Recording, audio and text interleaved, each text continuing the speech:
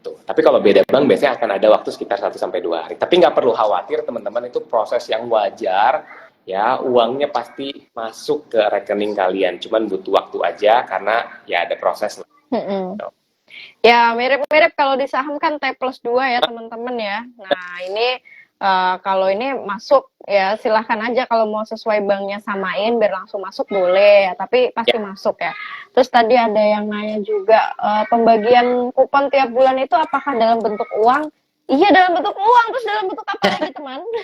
Pikirannya Kupon enggak ya, kupon ini mungkin ini ya kita simplifikasikan aja. Kupon tuh imbal hasilnya itu istilah ya, bukan maksudnya kayak bentuk voucher atau fisik kertas ya, bukan. Jadi kupon itu istilah untuk imbal hasil obligasi atau tadi SBN ya. Jadi dalam bentuk cash, benar-benar cash. betul. Bukan dalam kupon undian, bukan dalam kupon belanja. Voucher ya, mungkin kita masuknya kan kupon itu biasanya dalam bentuk voucher ya. Nah itu takutnya teman-teman kan pasti mikirnya berarti voucher dong. Itu vouchernya kertas apa langsung duit nih? Oke. Sama kok bisa ditransfer. Intinya saldo lah. Iya. Oh ini ada yang nanya early redemption caranya gimana Kak? 1 tahun tadi ya, 1 tahun mau jual.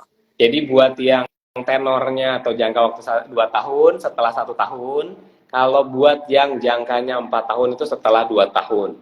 Nah, buat tanggalnya, jadi teman-teman harus catat juga nih, tanggal early redemption tuh bisa dicek di aplikasi Bibit ketika kita klik ST11T2 atau ST11T4-nya ya.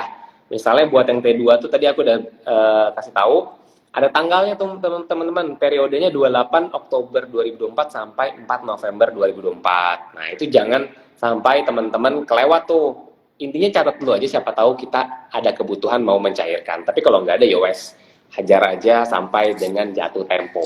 Oke. Iya, ada pertanyaan bagus juga nih. Kak, bedanya yield sama kupon? Karena tadi juga ada yang nanya. Jadi kita lebih lihat ke yieldnya atau kuponnya. Nah, gimana Mas Raymond? Wah, ini pasti kalau udah ngomongin yield udah investor FR nih. Wah, saudaranya. Ya. Oh, saudaranya ya bingung lagi mereka ya. Istilah kupon terus yield. Jadi mana nih yang yang perlu mereka perhatikan ya? Nah, aku jawab, semoga ini bahasanya manusiawi ya. Kalau buat beli SBN termasuk ST11 itu nggak ada yang namanya yield. Karena kita beli 1 juta bayar 1 juta. Oke, kita belinya di harga 100%. Jadi teman-teman cukup lihat kuponnya aja yang 6,3 dan 6,5% tadi. Nah, kalau teman-teman beli FR ya, ini yang dijualnya di pasar sekunder kan, kalau ST kan di pasar primer ya. Jadi periode 6 November sampai 6 Desember ini adalah pasar primernya, pasar perdana. Tapi kalau yang FR itu kita perlu lihat yieldnya karena harga belinya tuh tiap hari bergerak.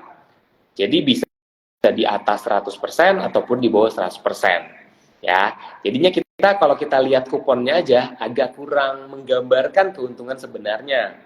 Oke, jadi teman-teman kalau beli FR lihatnya yieldnya. Dan yield ini adalah berlaku kalau kita pegang sampai jatuh tempo ya. Jadi teman-teman lihat yield tapi teman-teman pegang sampai jatuh tempo. Oke. Nah, itu teman-teman ya. Kita lanjut yang tadi early redemption, sorry. Ada yang lanjut nanya. Kalau early redemption, kupon di bulan tersebut tetap dibayarin full kan? Ya, kuponnya tetap sampai periode kita holding terakhir kali. Oke. Tetap dihitung, nanti bakal ada hitung-hitungannya dibayarin berapa. Gitu. Jadi teman-teman nggak usah khawatir lah. Harusnya Kementerian Keuangan udah canggih lah, udah terrecord semuanya. Oke. Ini masih ada yang meyakinkan diri. Kak, misal beli 1 juta tiap bulan, pasti dapat kupon kan tanggal 10-nya? Pasti dapat. Kupon pertamanya itu tanggal 10 Desember, teman-teman. Kuliatin ya, 10 Desember itu hari, pas banget tuh, harinya hari Minggu.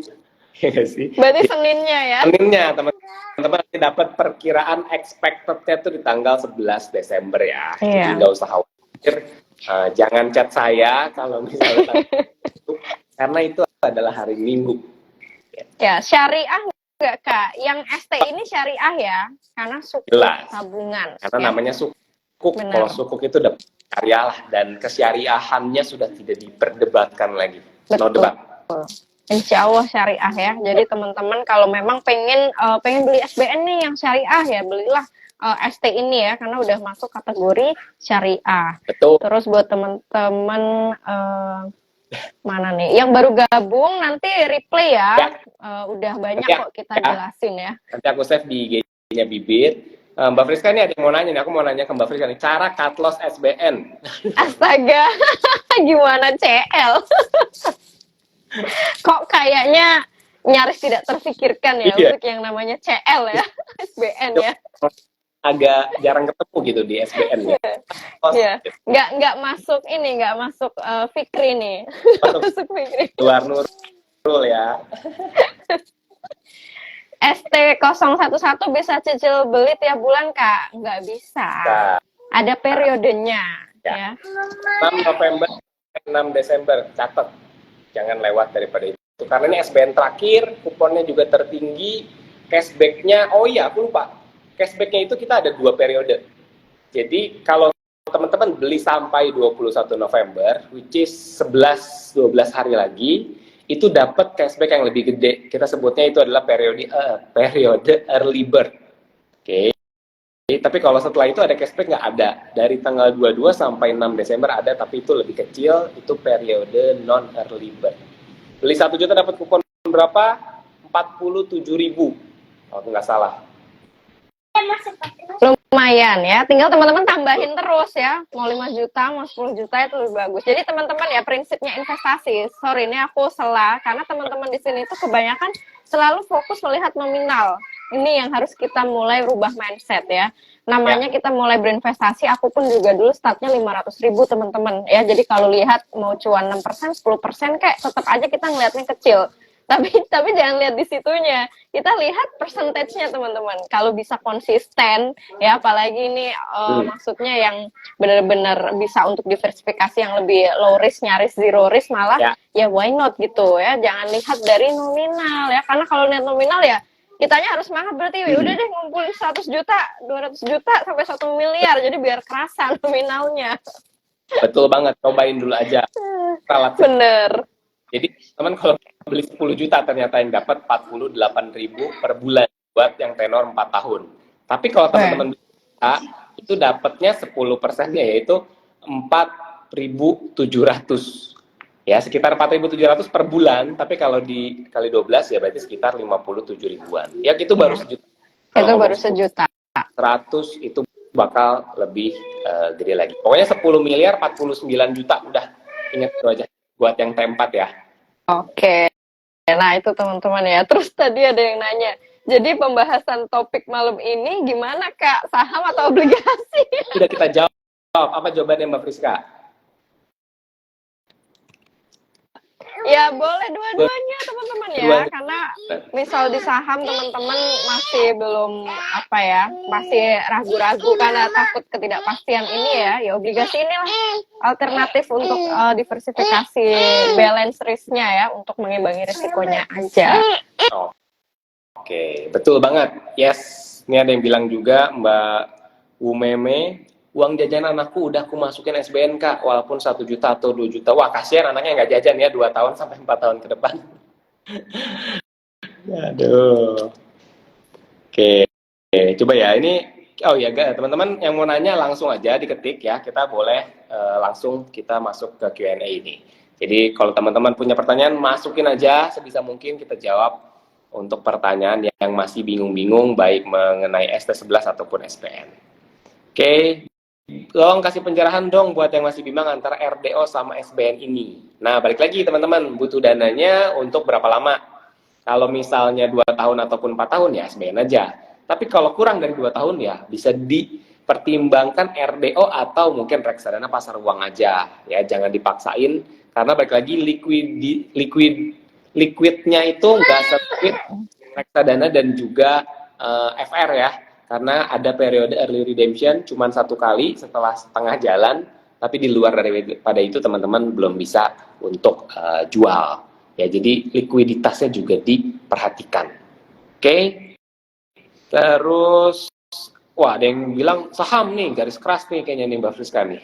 Nggak apa-apa. Nanti seiring berjalannya waktu biasanya profil risiko orang itu akan semakin berubah kok. Yang tadinya aku pun agresif, sangat agresif. Makin tua, makin berumur. Nanti kita mulai akan beralih atau mengimbangi ya. Jadi kata-kata semua akan bond pada waktunya lah ya. Semua akan konservatif juga pada waktunya. Atau minimal ya udah dibagi porsinya 50-50 ya. Betul. Sedikit demi sedikit beli obligasi. Obligasi sama SBN sama nggak? Sama gitu ya. Tapi gini, obligasi mungkin secara general kali ya, karena obligasi itu masih ada obligasi korporasi yang diterbitin sama perusahaan. Nah, kita konteksnya lebih ke obligasi yang pemerintah. Jadi sebutnya SBN, surat berharga negara, ataupun SBSN ya, surat berharga syariah negara. Nah, SP11 yang kita bahas adalah yang syariah. Betul. Ini ada pertanyaan bagus nih. Aku pernah beberapa juga dapat DM. Kalau misal nih amit-amit bibit bangkrut, apakah investasinya aman dan bisa dicairkan? Nah, medis ya, maksudnya terlepas dari bibit yang namanya mitra distribusi gimana nih, Ya. Mas Raymond? Amit-amit ya. Amit-amit. Sepertinya sih Ya. tidak akan ya. Jangan sampai karena nanti saya kerja di mana dong ya. Jadi, nah ini selalu deh pertanyaan yang selalu datang ke kita juga. Jadi teman-teman, baik reksadana, SBNFR ataupun saham gitu ya, teman-teman sebenarnya jawabannya sama karena uangnya itu tidak ada di bibit. Ya, sekalipun teman-teman beli lewat aplikasi bibit, sebenarnya kalau kayak reksadana kan pencatatannya adalah ke KSEI. Obligasi pencatatannya juga ke KSEI. Saham juga sama karena semuanya adalah pasar modal. Jadi selama teman-teman adalah pemilik sah dari obligasi, ya SBN, terus saham, reksadana yang teman-teman beli, ya dan itu tercatat di KSEI, mau bibitnya ada nggak ada, teman-teman tetap bisa ngeklaim kepemilikannya. Oke, karena bukan atas nama kita, bukan nama bibit teman-teman masing-masing. Jadi aman. Betul, jadi aman teman-teman ya. Sama seperti saham semua di KSEI ya. Jadi semua produk pasar modal itu udah terintegrasi jadi satu ya di Kustodian Sentral Efek Indonesia. Betul. Apalagi nih teman-teman nih, mumpung kami berdua masih on nih, mau tanya apa lagi? Ya, yang masih mau tanya, mungkin kita kasih kesempatan buat 100 pertanyaan dulu ya. Wah, ini ada ide bagus juga nih. Mending beli SBN, kuponnya digulung beli saham. Cakep. Nah, boleh tuh kayak gitu ya. Bisa. Bisa. Pokoknya dapat kupon SBN, mau di saham boleh, mau dibeliin kopi boleh gitu ya. Tapi lebih baik sih diinvestasikan ya. Iya, betul. Reinvest lagi ya. Apa ini pertanyaan? Apa ini? Politik kita nggak tanyain dulu ya. No ya, kita bahas pokoknya obligasi nih, seputar obligasi ya. Early redemption tadi udah. Kak, di bibit bisa tidak mendaftarkan ahli waris? Maksudnya mungkin anak kali ya, anak atau pasangan ya? Ya, jadi ini mungkin yang jarang user bibit juga tahu gitu ya, tapi sebenarnya ada. Jadi kita tuh ada sebenarnya fitur ahli waris. Jadi teman-teman nanti bisa set juga ahli warisnya itu nomornya berapa, terus ahli warisnya siapa, karena kita bakal ngasih notifikasi seandainya tidak ada transaksi misalnya 1 tahun gitu ya. Which is kita kan nggak tahu ya, kita misalnya tiba-tiba amit-amit gitu ya, nggak ada, ketika kita udah set notifikasi itu nanti si ahli waris bakal dapat notifikasi tuh, kalau si A punya aset di bibit, nah dia bisa klaim. Oke, itulah pentingnya kontak ahli waris ya saat buka ini ya, bikin akun. Betul. Karena kan nggak ada yang bisa ngasih tahu ya kalau kita tiba-tiba nggak ada, ya orang punya aset. Iya, bibitnya juga nggak akan ngecek satu-satu juga ya, ini nasabahnya masih hidup atau tidak ya. Jadi memang teman-teman ya yang harusnya bisa mengkomunikasikan minimal dengan keluarga. Ini ada pertanyaan bagus nih tadi. Nah, untuk ngeklaim kepemilikan kita ke KSEI itu syaratnya apa aja, Kak? Ini yang tadi ya, in case bibit nggak ada, terus mau ngeklaim ke KSEI. Ya, oke. Nah, ini sebenarnya aku juga belum pasti ya, apa aja. Tapi setauku memang syaratnya nggak jauh-jauh dari pastinya ya, data diri, gitu ya, dan juga bukti-bukti kepemilikan yang mungkin masih bisa teman-teman lihat juga gitu ya, baik di aplikasi. Tapi jangan khawatir karena pastinya kalau emang kita kenapa-kenapa, kita juga nanti pasti bakal bantuin kok. Karena itu pun yang terjadi dengan tadi Mbak Friska, misalnya ahli waris, gitu ya. Tiba-tiba ahli warisnya datang nih, dan ternyata setelah dicek bener si A udah meninggal gitu ya, tanpa Bibit tahu, tapi si ahli waris ini dapat notifikasi dan akhirnya datang gitu ya, misalnya menghubungi Bibit. Itu juga kita bantu kok prosesnya, buat dia supaya bisa mengklaim aset dari si almarhum ini, supaya akhirnya bisa diklaim dan akhirnya digunakan oleh pihak yang memang ini ya ahli waris sah ya, yang emang ditinggalkannya tuh ke orang tersebut. Sama yang berlaku dengan KSEI juga ya. Buat lebih detailnya pasti boleh cek ke KSEI teman-teman, apa aja yang perlu teman-teman punya. Tapi ya, satu hal yang pasti adalah Bibit pasti bantuin kalaupun nanti terjadi hal-hal yang tidak diinginkan gitu ya, kita pasti bantuin, tenang aja. Oke, nah itu teman-teman ya, insya Allah sih semua udah aman ya. Regulasi di Indonesia juga aku rasa udah nggak perlu diragukan lagi lah kalau untuk perkara instrumen investasi di pasar modal ya. Semua udah terkoneksi di KSEI. Ya. Nah, Mas Raymond ini nggak terasa udah hampir sejam ternyata. Ya. Aku ya tadi. Oh enggaknya deh, aku udah sambil ngeliatin waktu, takut tiba-tiba langsung ditutup sama Instagram aja nih, belum kita ngobrol-ngobrol closing. Iya, benar juga ya. Ya udah deh, kalau gitu kita masuk ke ini ya, closing ya. Jadi teman-teman, aku mungkin minta Mbak Friska untuk closing statement dulu, nanti aku tutup dengan closing statement aku. Jadi silakan. Iya, kalau dari aku mungkin kita ngobrolin tadi di awal suku bunga ya, terus imbas ke pasar modal, entah itu saham, obligasi, itu semua pasti ada. Tapi terlepas dari itu, untuk pemilihan saat ini, trennya ya, tren saat ini apakah prefer saham atau ke obligasi, sebenarnya mungkin yang pertama memang profil risiko masing-masing. Tapi mungkin aku bisa kasih suggestion atau pertimbangan lah buat teman-teman di mungkin saat tiap ya, kapanpun lah momentum ketidakpastian itu, mungkin baiknya ya ketika teman-teman bisa atau udah ada modal untuk diversifikasi ya why not ya ke produk yang mungkin lebih konservatif dibanding saham. Ya, boleh 70-30, boleh. Pokoknya minimal adalah gitu yang diversifikasikan ya. Jadi biar nggak apalagi dengan isu katanya 2024 ekonomi kita akan lebih melambat dan yang lain-lain ya, pokoknya di era ketidakpastian itu kan kita nggak tahu ya nanti tahun 2024 seperti apa. Jadi mungkin ya untuk antisipasi itu mungkin bisa mulai dipertimbangkan untuk diver ke produk yang lebih konservatif, contohnya ya obligasi negara yang saat ini masih ada suku tabungan ya yang versi syariahnya.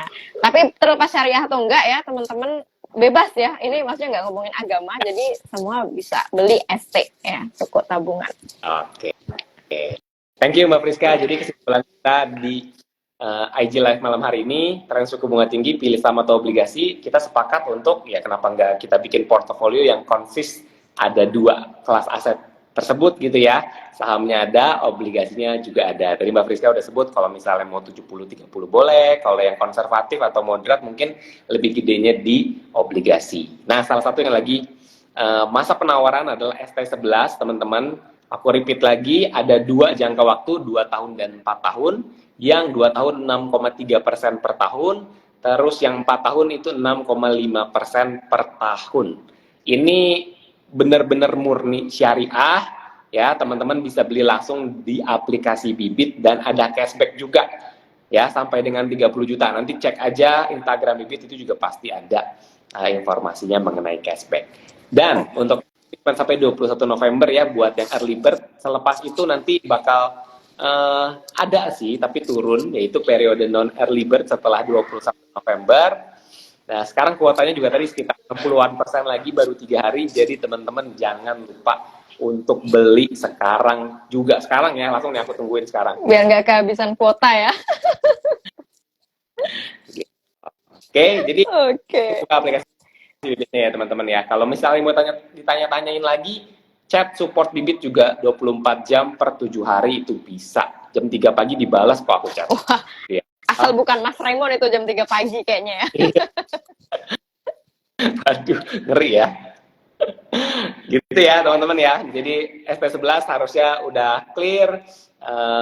Teman-teman kita senang banget bisa sharing-sharing malam hari ini Mbak Friska ya. Semoga nanti ada next episode-nya ya. Kita bisa Siap. ngobrol-ngobrol. Nanti tiap ada momen apa kita live aja biar Oke. ini FOMO kita. Ya enggak, maksudnya FOMO beritanya ya, bukan FOMO untuk eksekusinya ya.